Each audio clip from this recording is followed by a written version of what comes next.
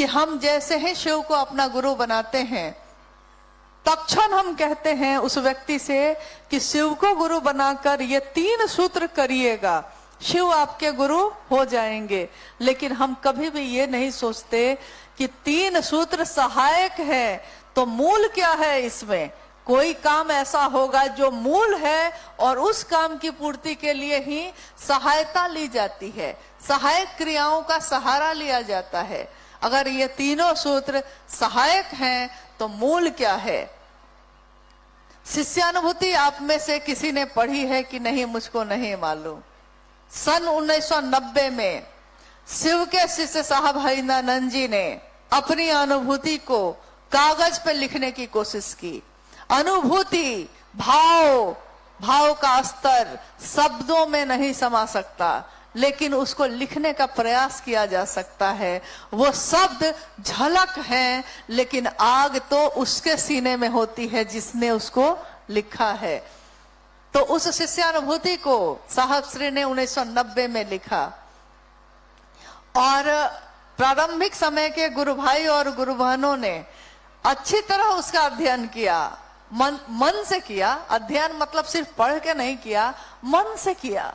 और जब इक्के दुक्के 200-400 गुरु भाई गुरु बहन हुए, तब भी प्रतिदिन शिव चर्चाओं में उसकी पंक्तियों को दोहराया जाता था।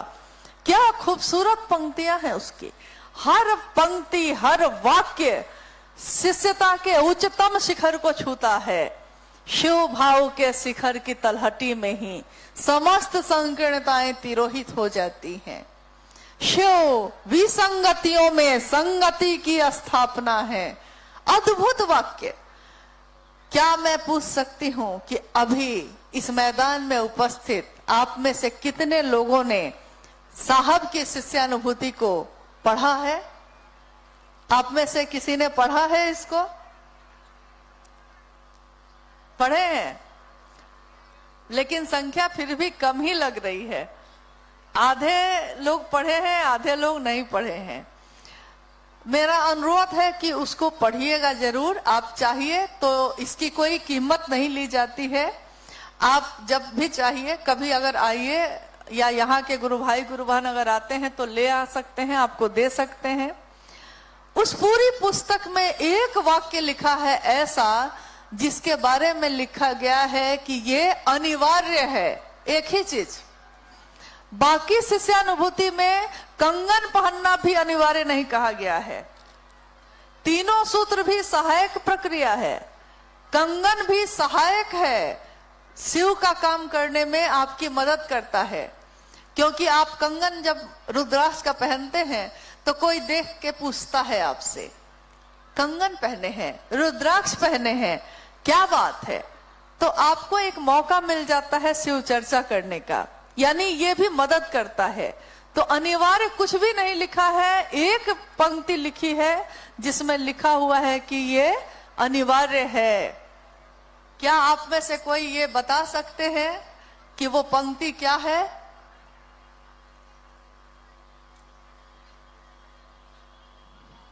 कोई नहीं बता रहे हैं। कौन बोल रही हैं? हाँ बताइए। बहुत सुंदर। साहब ने यही कहा था कि जिस दिन आप ऐसा करिएगा मैं ताली बजाऊंगा आपके लिए, आप मेरे लिए क्या बजाते हैं।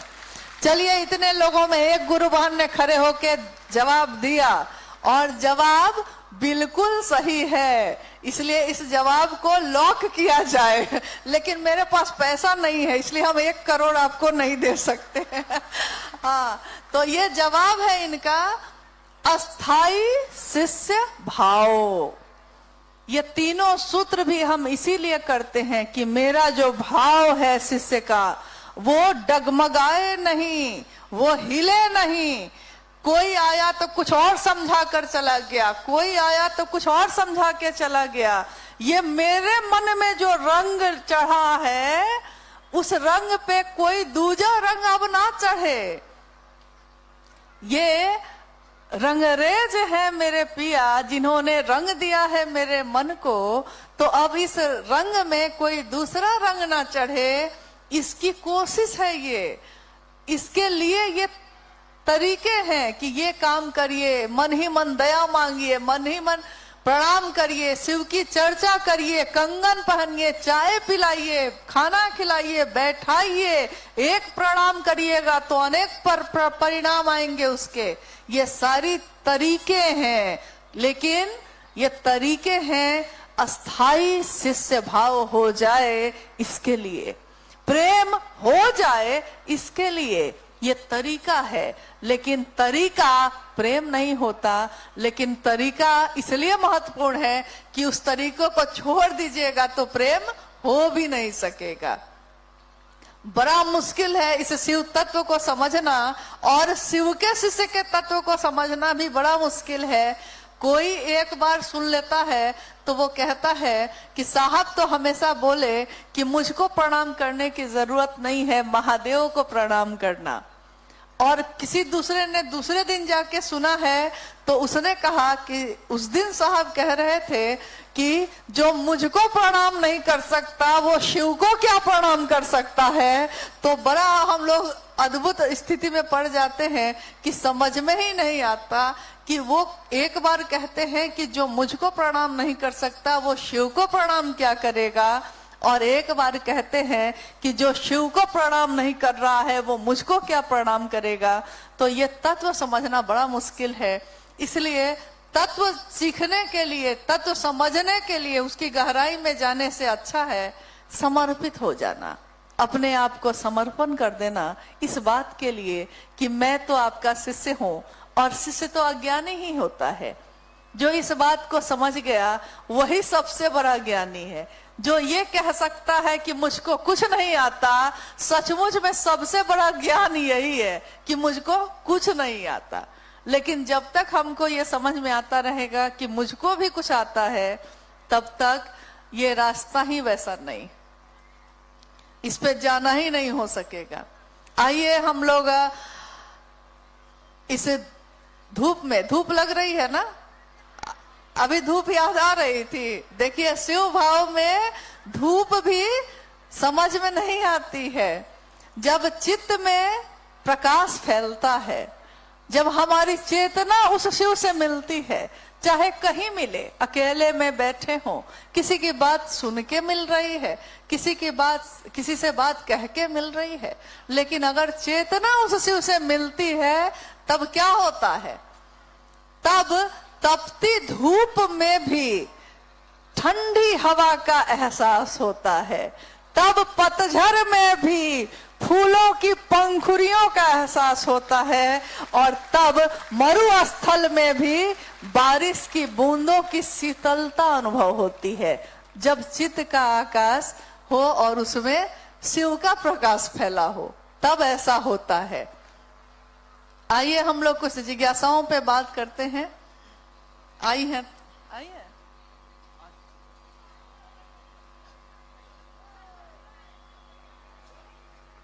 माइक में आवाज दीजिए।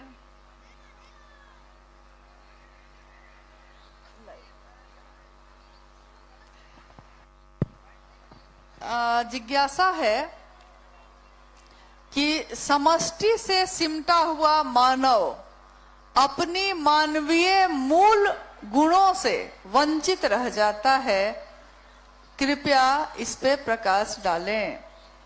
समष्टि से सिमटा हुआ, ये पंक्ति है आओ चलें शिव की ओर, जो पुस्तक साहब श्री के द्वारा लिखी गई है उसी की। इस पुस्तक में ये पंक्ति साहब ने लिखी है। ये हमारे गुरु शिव में है। समष्टि से सिमटा हुआ मानव अपनी मानवीय मूल गुणों से वंचित रह जाता है। इसको समझने के लिए पहले हम लोग थोड़ा टुकड़े टुकड़े में समझ लेते हैं, क्योंकि एक ही बार पूरा वाक्य जो पढ़िएगा तो लगेगा कि बहुत भारी बात है, जबकि भारी नहीं है। ये समष्टि यानी दुनिया, जगत, व्यष्टि यानी व्यक्ति। जैसे मैं हूं व्यष्टि, और अगर ये पूरी दुनिया है तो ये है समष्टि। समष्टि से सिमटा हुआ मानव यानी ऐसा मानव, ऐसा व्यक्ति जो समष्टि से दुनिया से सिमट गया है, दुनिया के लोगों के साथ नहीं रहता है, वो अपने आप में सिमट गया है।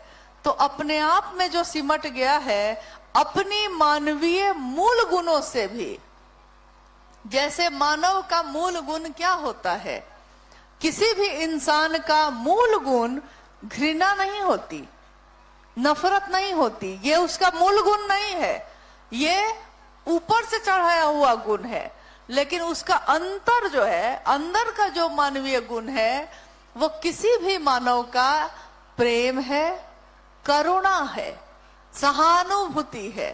दूसरे के आंखों में आंसू देखकर उसकी आंखों में भी आंसू छलक जाते हैं। अगर वो इंसान है, शरीर में इंसान होते हुए भी कोई पशु हो सकता है, लेकिन अगर शरीर भी इंसान का है और चेतना भी इंसान की है उसकी, तो उसका मानवीय गुण यही होगा कि उसमें प्रेम भी है, उसमें सहानुभूति भी है, करुणा भी है। लेकिन जो दुनिया से, समष्टि से सिमट जाता है, जैसा आपने देखा होगा, जब हम लोग छोटे थे तो मेरा उस समय जो घर था वो मुजफ्फरपुर एक जगह है बिहार में। हालांकि नाम तो सुना होगा आपने मुजफ्फरपुर का, किस बारे में सुना होगा क्या? अच्छा, देख लीजिए, शिव गुरु महोत्सव हो रहा है, तो स्वाभाविक है कि अगर कोई बात आएगी, लेकिन उस बात का जिक्र इसीलिए होगा क्योंकि उसमें कहीं ना कहीं शिव शिष्टता की बात होगी। लेकिन अभी मुजफ्फरपुर का नाम लिए तो आप लोग को लीची याद आया, बताइए, ये बहुत गलत बात है। हालांकि हाँ, ये भी बात सही है कि लौकिक चीज देखिएगा तो लीची के लिए प्रसिद्ध है, लेकिन शिव शिष्यों के लिए वो धरती नमः शिवाय की भूमि हम कहते हैं उसको, क्योंकि तुर्की जो मुजफ्फरपुर में है, उसी तुर्की के स्थान पे साहब श्री के सांसों पे नमः आया था हवा के झोंके के साथ और शिवाय उतर गया था। इसलिए हाँ, नाम तो सुना होगा आपने, अब तो नाम सुना होगा। तो मेरा बचपन, लेकिन वहीं मुजफ्फरपुर जिले में ही, शहर में ही घर है मेरा। जब हम लोग छोटे थे, समष्टि की बात हो रही है इसलिए एक उदाहरण दे रहे हैं अपने जीवन से। तो हम लोग छोटे थे, अभी फरवरी का महीना है, अगले महीने में होली है, तो तब तक हम लोग होली मतलब समझते थे कि होली मतलब होली के दिन दिल मिल जाते हैं, रंगों से रंग मिल जाते हैं, और गिले शिकवे भूल के दोस्तों दुश्मन भी गले मिल जाते हैं। हम लोग बचपन में होली यही समझे थे, क्योंकि मोहल्ला का हर आदमी होली में शामिल होता था। इसका अर्थ हुआ कि सारा घर अलग अलग होते हुए भी एक परिवार की तरह था। नतीजा कि अगर कोई किसी घर में बीमार है और उसके घर में कोई नहीं है, तो मोहल्ले के सारे लोग उसकी तीमारदारी में लग जाते थे।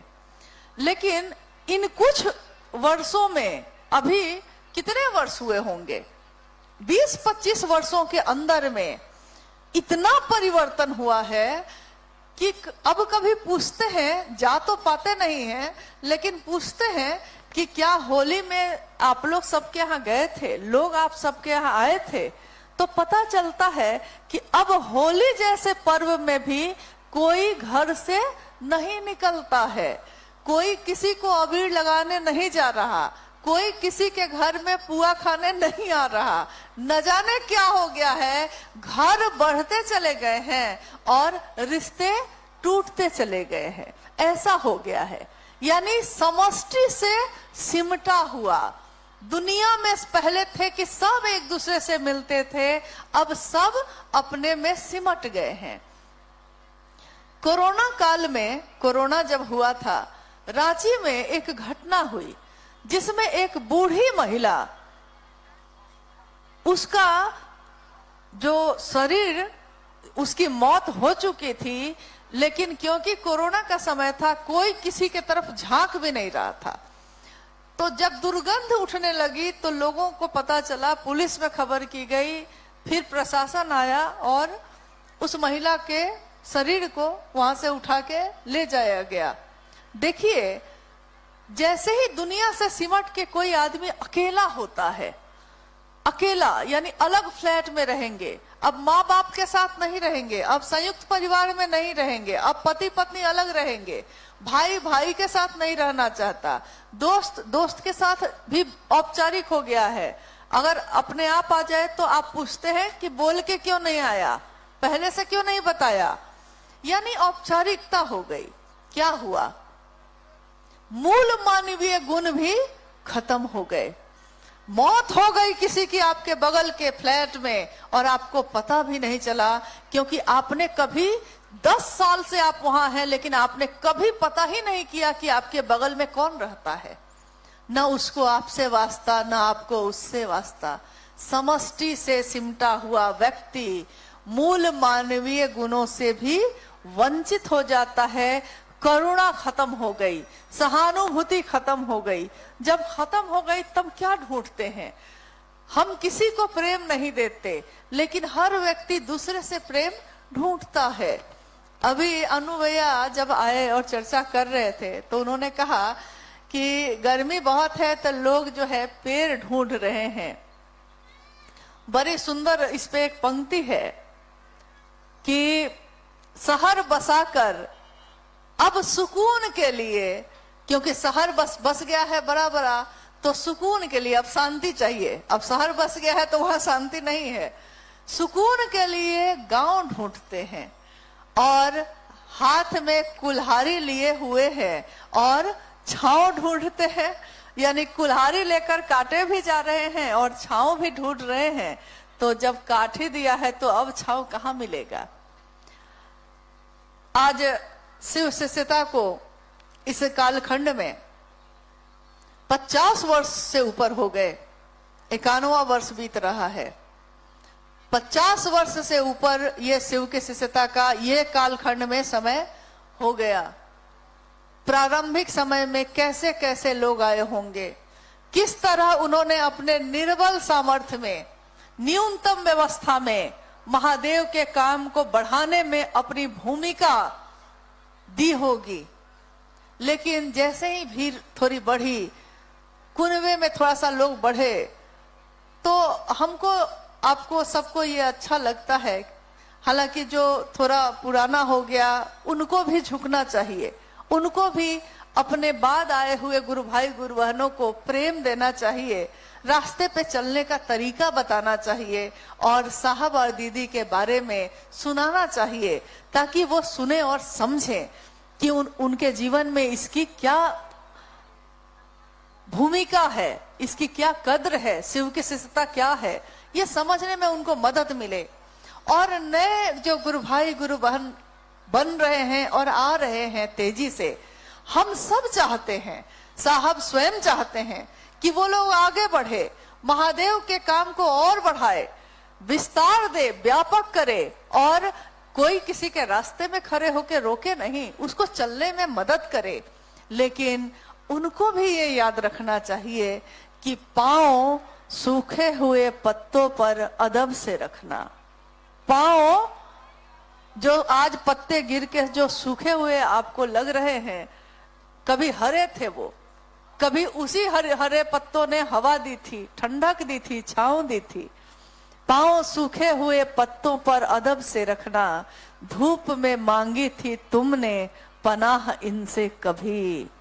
इसी पंक्ति को बैनर पे लगवाया था साहब ने और रांची में एक कार्यक्रम का आयोजन किया, जिसमें उन सभी गुरु भाई गुरु बहनों को बुलाया, उनसे मिले जो उस समय चले जब तपती दोपहर थी शिव शिष्यता की, और यही लोग छाया बनकर लोगों को लेकर चल रहे थे।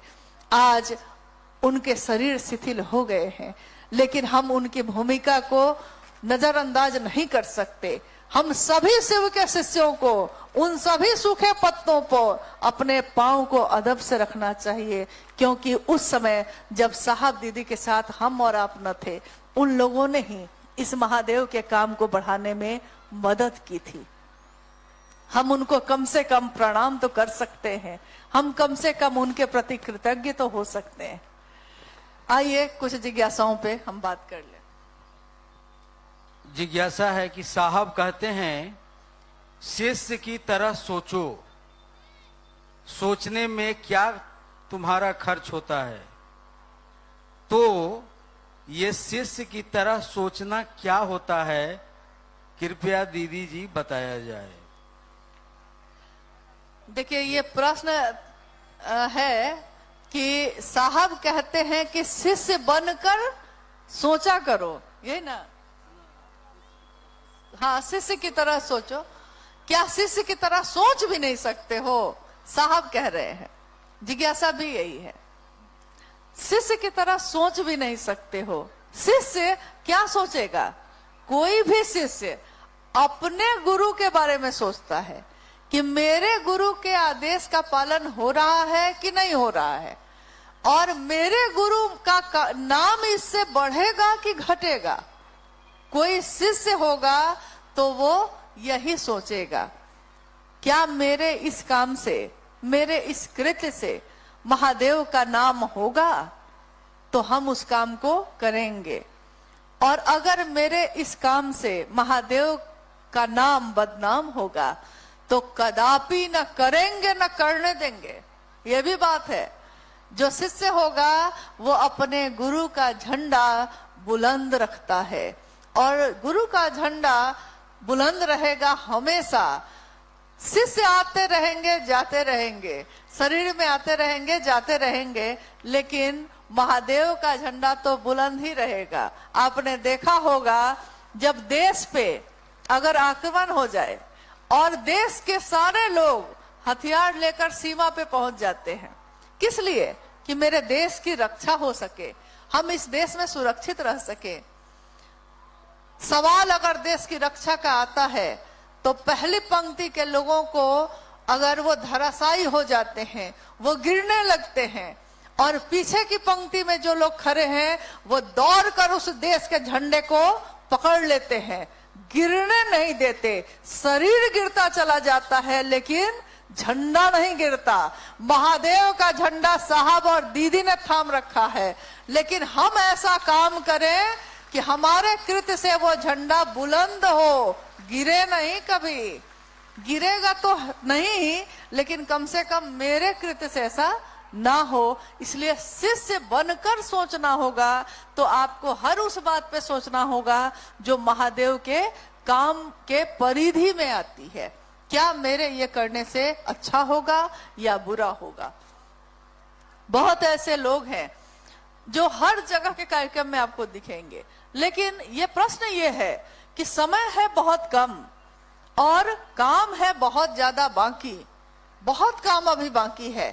पूरे बंगाल में ही अगर आप सोच लीजिए तो आपको अभी जैसे 5-6 जिले के गुरु भाई गुरु बहन यहाँ जरूर होंगे। मुझको लगता है कि सेंट्रल कोलकाता, दक्षिण 24 परगना, उत्तरी 24 परगना, हावड़ा, हुगली, आपका मेदिनीपुर, वर्धमान, ये सारे आसपास के जिले के लोग जरूर यहाँ उपस्थित होंगे।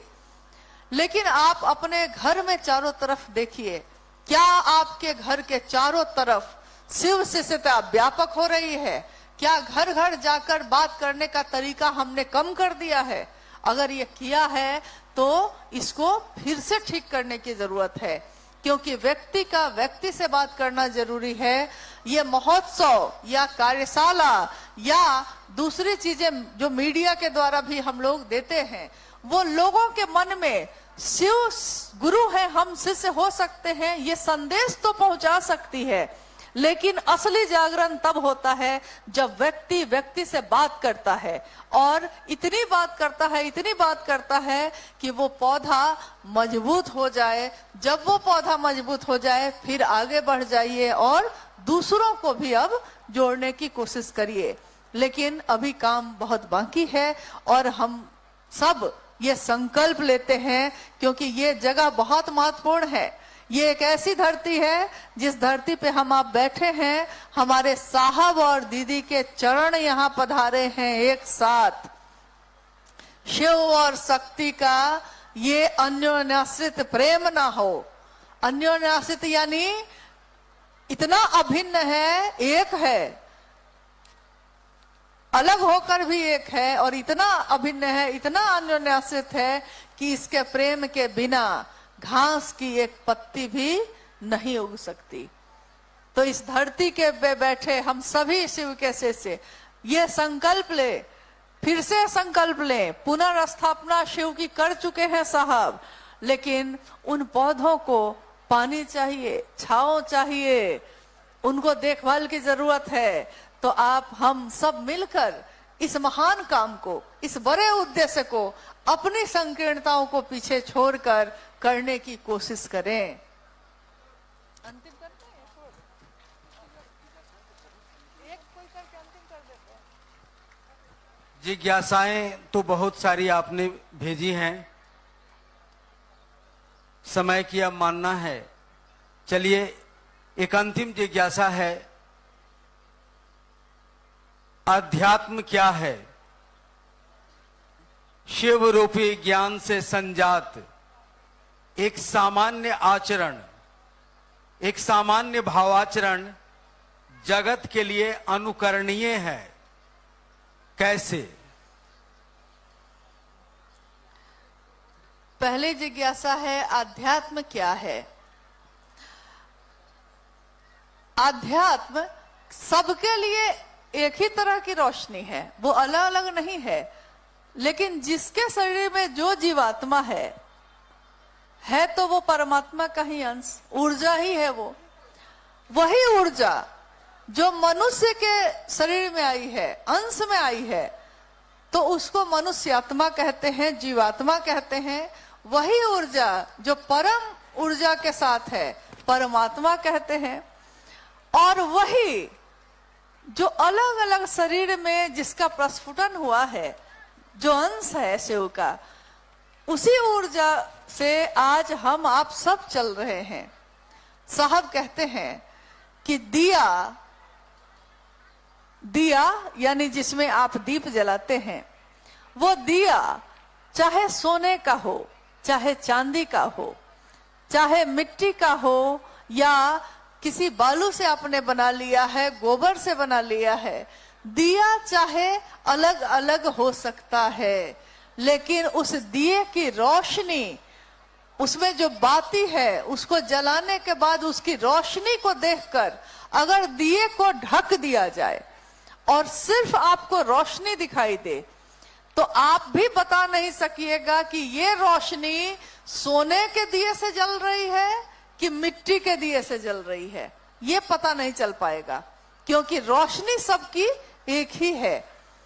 इसीलिए आध्यात्म यानी खुद की खोज, मैं कौन हूं, कहां से आया हूं, कहां को जाऊंगा।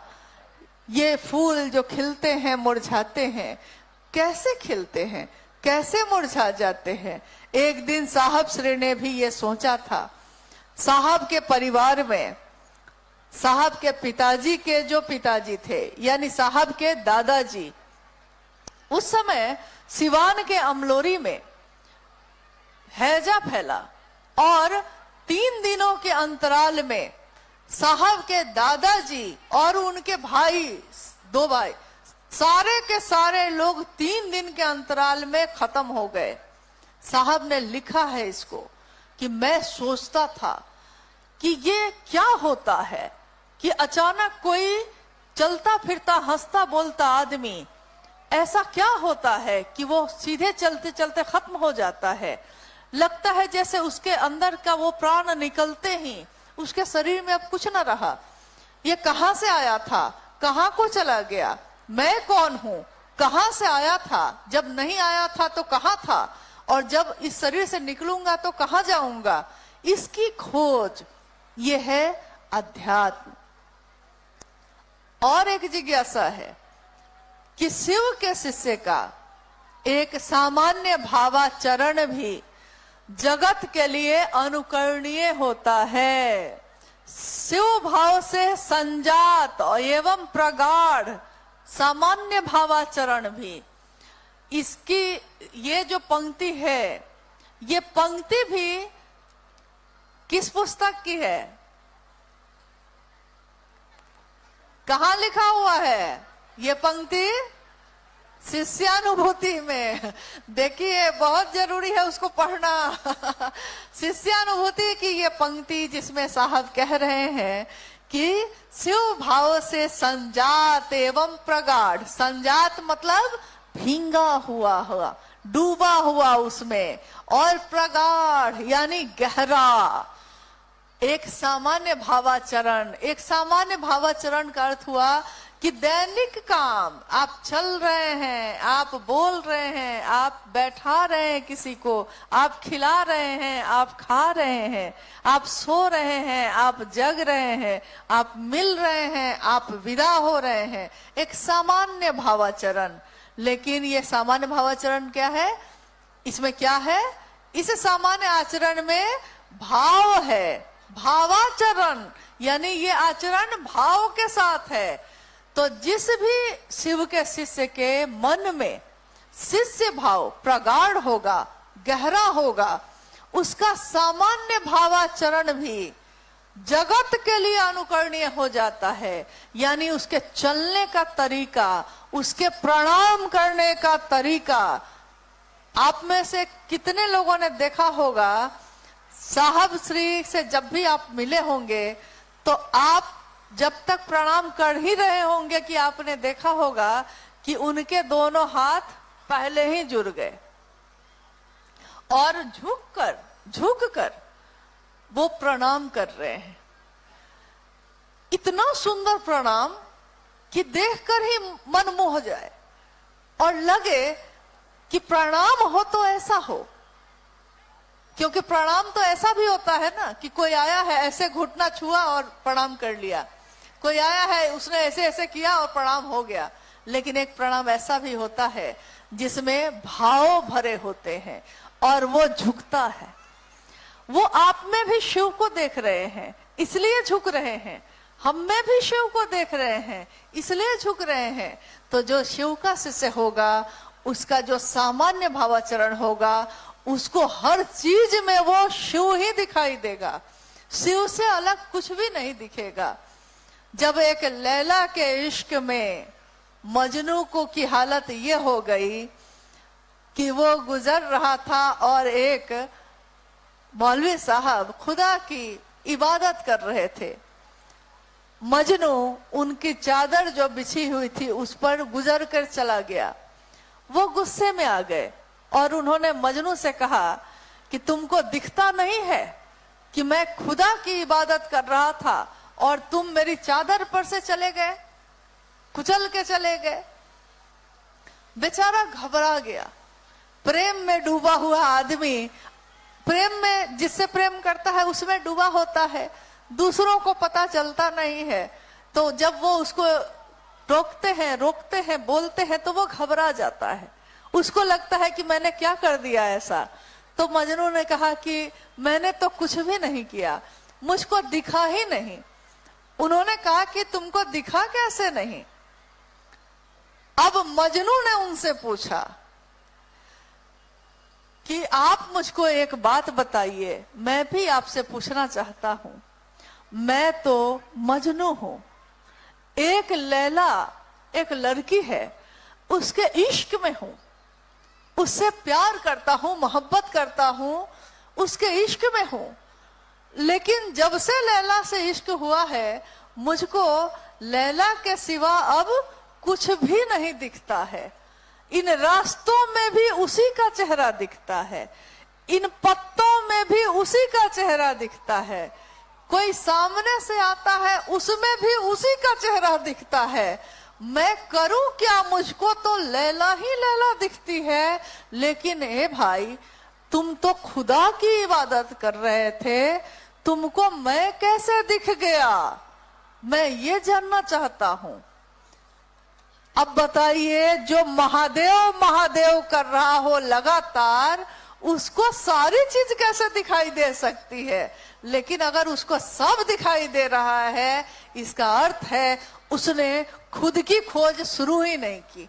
जो खुद की खोज शुरू करेगा उसको कहाँ फुर्सत है कि वो सबको देखेगा, वो तो अपने महादेव को देखेगा।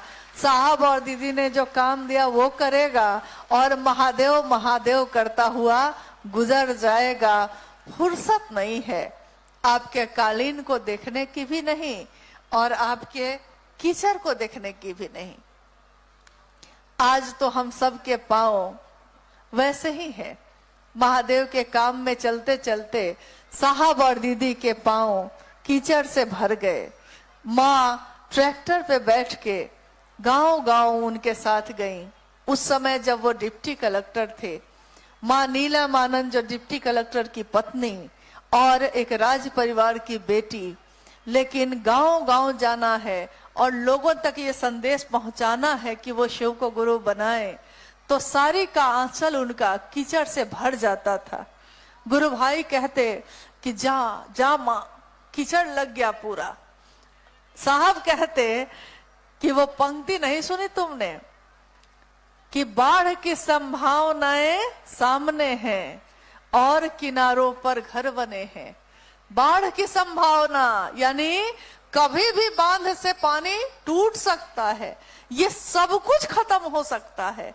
बाढ़ की संभावनाएं सामने हैं और इसको बचाना है, तो बचाने के लिए तो कीचड़ में उतरना पड़ेगा, काम करना पड़ेगा। तो आज जो है बाढ़ की संभावनाएं सामने हैं और किनारों पर घर बने हैं। आपके कालीन देखेंगे फिर कभी, अभी तो पांव कीचड़ से सने हैं, तो अभी तो ये पांव कीचड़ में चल रहे हैं, ताकि गांव गांव घर घर में शिव शिष्यता का दिया जले, शिव शिष्यता की गूंज उठे। एक दिन साहब ने ये सोचा, ये जो दूर मंदिरों से आवाज आती है मधुर घंटियों की, कोई जाता है मंदिर में वो घंटी बजाता है कहने महादेव को कि मैं आया हूं आपके द्वार, उस घंटी से एक मधुर ध्वनि हवाओं में फैल जाती है। साहब कहते हैं कि मंदिरों से आती हुई इस मधुर ध्वनि को मैं शिव का शिष्य हरिंद्रानंद लोगों के जीवन में घोलना चाहता हूं। और याद रखिएगा, जब भी उन्होंने ये कहा है मैं शिव का शिष्य हरिंद्रानंद, तब हर व्यक्ति को यह समझना चाहिए कि अब वो किसी के भाई नहीं, किसी के पिता नहीं, किसी के मित्र नहीं, कोई पदाधिकारी नहीं है जो बोल रहे हैं। ये शिव के शिष्य के रूप में, पूरी तरह शिव के शिष्य के रूप में साहब हरिंद्रानंद जी बोल रहे हैं। तो जब भी कहीं लिखा हुआ पढ़िए, जब भी उनकी चर्चाओं को सुनिए, तो रुकिए उस जगह पे जब वो बोल रहे हो कि मैं शिव का शिष्य हरिंद्रानंद। इसका अर्थ है कि वो सीधे शिव उनके माध्यम से हम सबों तक कोई संदेश दे रहे हैं और इसके बीच में कोई नहीं है। साफ उन्होंने कहा है, शिव शिष्यता का बॉस इस धरती पे एक मैं हूं और कोई नहीं हो सकता। ये उन्होंने खुद कहा और ये सच है, ये सच्चाई है कि अगर हम उत्तरदायी होंगे तो सिर्फ उनके लिए जिन्होंने ये रास्ता दिखाया है, जिन्होंने चलना सिखाया है, जिन्होंने उंगलियां थामी हैं और कह रहे हैं कि आओ चले शिव की ओर। क्या कह रहे हैं? केवल कह रहे हैं कि इसमें भाव भी शामिल है। हाँ, तो इस भाव के साथ कि हम सब शिव की ओर चलें, कामना भी यही है। साहब और दीदी के प्रति अगर कृतज्ञ हो कि हम कुछ भी कर सकेंगे तो करना भी यही है। तो आइए हम सब शिव के शिष्य इस सुंदर शिव गुरु महोत्सव में, जिसमें सबने सहभागिता दी और अंतिम क्षणों तक मात्र अपने गुरु की दया के आश्रय में जाकर ही ये संपन्न हो सका है। हम सभी शिव के शिष्य अपने गुरु शिव को कुछ भी नहीं दे सकते, बस झुक गए हैं, कृतज्ञ हैं कि आपकी दया का आश्रय अगर हो तो फिर सारी कायनात अपनी ही हो जाती है। सब उसमें मदद करते हैं, सबने मदद की, सबने अपनी सहभागिता दी है। सबको हम सभी शिव शिष्यों के तरफ से धन्यवाद है, आभार है, प्रणाम है। अपने गुरु महादेव से भी ये दया की याचना है कि हम सभी शिव शिष्यों को इसी तरह अपनी तरफ बढ़ाते रहिए, अपना काम कराते रहिए। शिष्य बनेंगे कि ना बनेंगे नहीं जानते, ये तो आप जानते हैं, लेकिन अपना काम कराते रहिए। शिष्या ना समझ कोई बात नहीं, तेरे काम तो आने दे। आप सभी के चरणों में प्रणाम है, आप सबको मेरा प्रणाम।